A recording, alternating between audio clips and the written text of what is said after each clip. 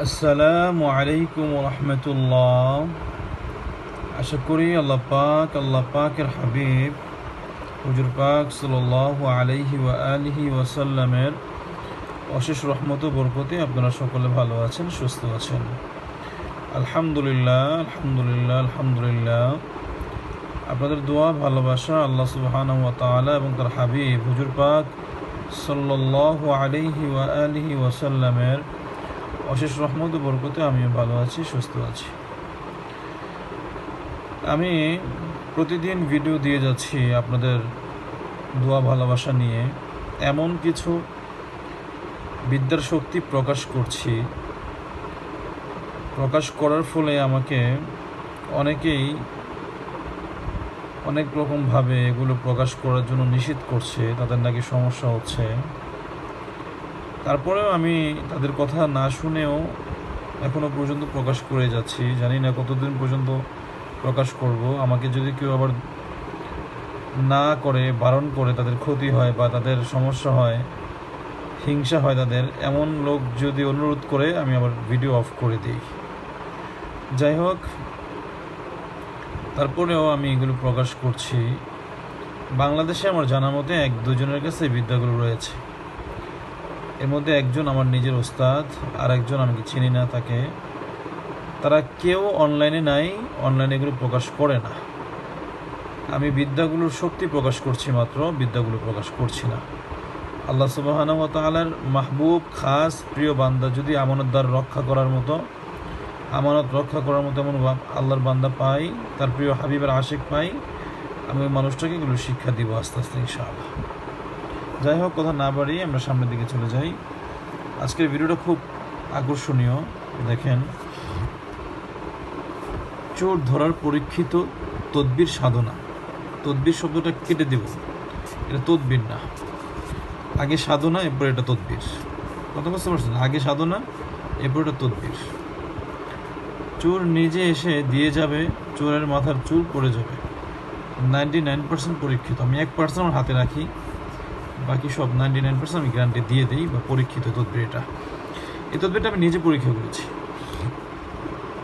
নিজে পরীক্ষা করেছিলাম। আমার বাসার আমি শখ করে কিছু কবুতর পালতাম। সেই কবুতরগুলো একে একে 2 রাত্রে সব সাফ করে দেওয়া হয়েছে চুরি করে। কবুতরগুলোকে এত আদর করতাম, আল্লাহ রাব্বুল আলামিনের মাখলুক হিসেবে তাদেরকে আমি একটা পর্যায়ে নিয়ে গিয়েছিলাম ভালোবাসতে। তাদের খাবারগুলো আমি বিশেষ পদ্ধতিতে দিতাম।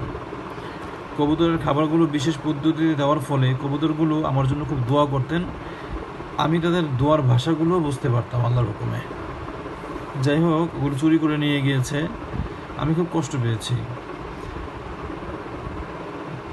একজোড়া কবুতর তার বাচ্চা নিয়ে ওম দিতে বসছে, ওম দেয় না, তাপ দেয় না, বসছে, ওই অবস্থা চুরি করে নিয়ে গেছে।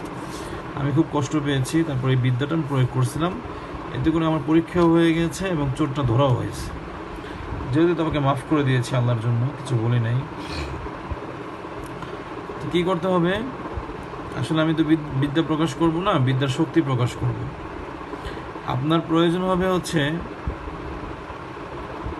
নিম গাছের ডাল। নিম গাছের ডাল। আমার সমস্ত আমি যে বিদ্যাগুলো প্রকাশ করছি ইদানিং গাছের সাথে সম্পৃক্ত। আমার একজন ওস্তাদ, উনি গাছের সাথে কথা বলতে পারেন। আমার আগের ভিডিওগুলো আপনারা দেখলে এই বিষয়ে আমি কিঞ্চিত আলোচনা করেছিলাম।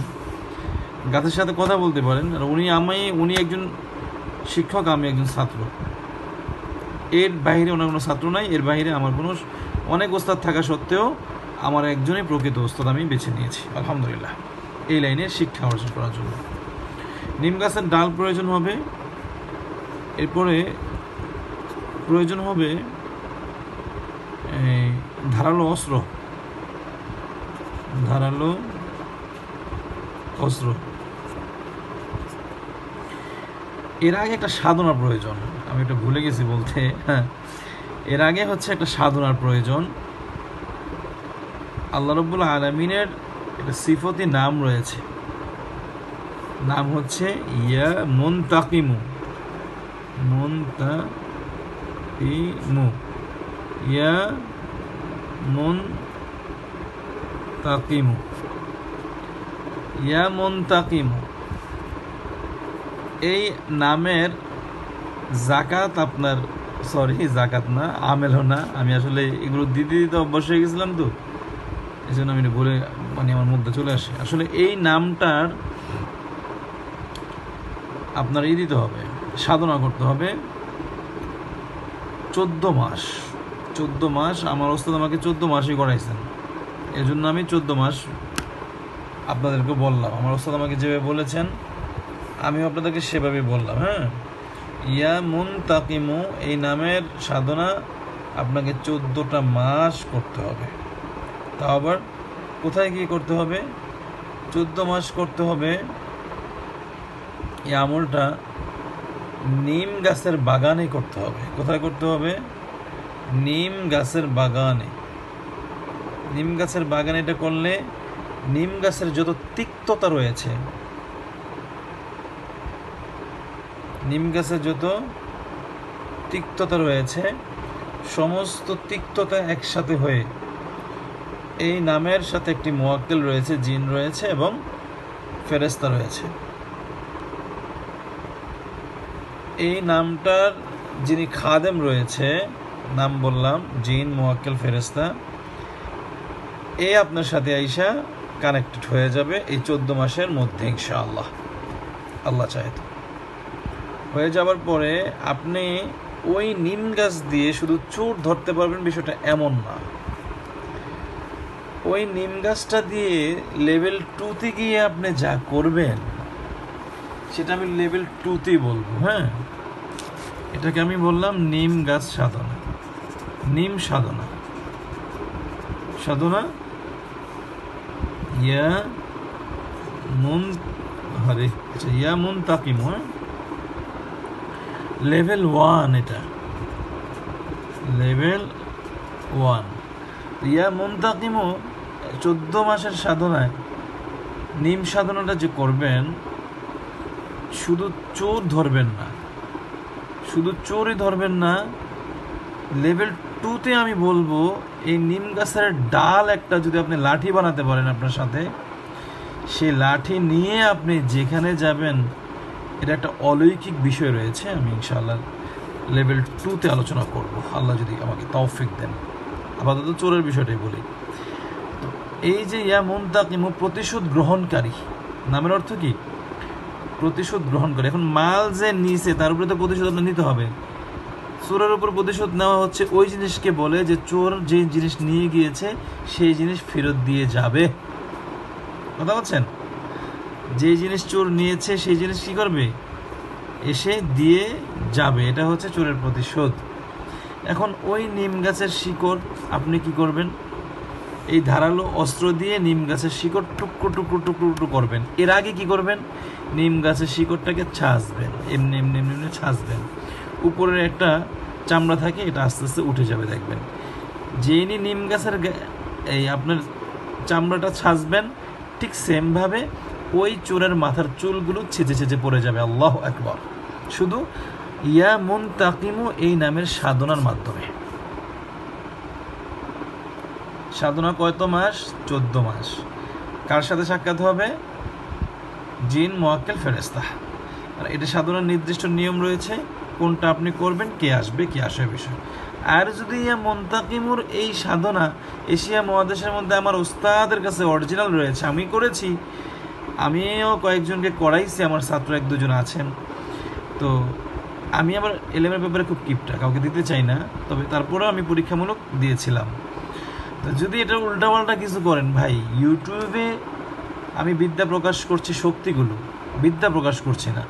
ইউটিউবে দেখবেন আমার এই ভিডিও নকল করে হোক, যেভাবে হোক একটা বানাচ্ছেন, আপনাদেরকে দিবে। ভাই ইয়া মুনতাকিমু শব্দ হচ্ছে প্রতিশোধ গ্রহণকারী। সাধনা করতে গেলে দেখেন আপনার নিজের উপর যেন কোনো প্রতিশোধ গ্রহণ না হয়ে যায় সাধনার ভুলের কারণে। এগুলোর পার্শ্ব প্রতিক্রিয়া আছে। যার কাছে আল্লাহ শব্দের নামের সাধনা এবং গাছের সাধনা রয়েছে, তার সাথে পাঞ্জা লড়লে আপনি নিজে মরবেন। সেই সাধনা করলে নিজেই আপনি দমন হবেন ভাই, ক্ষতিগ্রস্ত হবেন। এশিয়া মহাদেশের মধ্যে এগুলো কেউ প্রকাশ করে না, বাংলাদেশের 1-2 জনের কাছে আছে, তারা প্রকাশও করে না, তাদেরকে চিনেনও না, আপনারা কিচ্ছু করেন না, আমি শুধু সত্যিগুলো প্রকাশ করে যাচ্ছি। তো এরপরে কি বললাম, ওই ধারালো অস্ত্র দিয়ে নিম গাছের ছালগুলো কি করবেন আপনি আস্তে আস্তে আস্তে আস্তে চাচবেন, চাচলে দেখবেন মাথাটা ন্যাড়া হয়ে গেছে। কথা বুঝতে পারছেন? এরপর হচ্ছে যদি টুকরো টুকরো টুকরো টুকরো করেন ওই ডাল শিকড়টাকে, তাহলে মাথায় আর চুল না গজানোর সম্ভাবনা রয়েছে। টুকরো টুকরো করলে হয় কি, ওই চুলের যে ক্যালসিয়াম রয়েছে মাথার ভিতরে, যেখান থেকে চুল গজায়, ওই জায়গার হরমোন ব্যালেন্সটা একদম নষ্ট হয়ে যায়। এটা আল্লাহ নামের সাধনা ভাই, এটা বিষয় বুঝতে হবে। অনেক বিষয়ে কথা বলার ইচ্ছা ছিল, যাই হোক ভিডিওটা লম্বা হয়ে যাচ্ছে, আমি আর বেশি কিছু বলবো না। এটা চোর ধরার একটা পদ্ধতি বলে দিলাম। তবে লেভেল 2 এর যদি আমি আলোচনা করি, নিম গাছের এই যে এই মুনতাকিমু শব্দের সাধনা দিয়ে একটি ডাল বানাতে হয় নিম গাছ দিয়ে।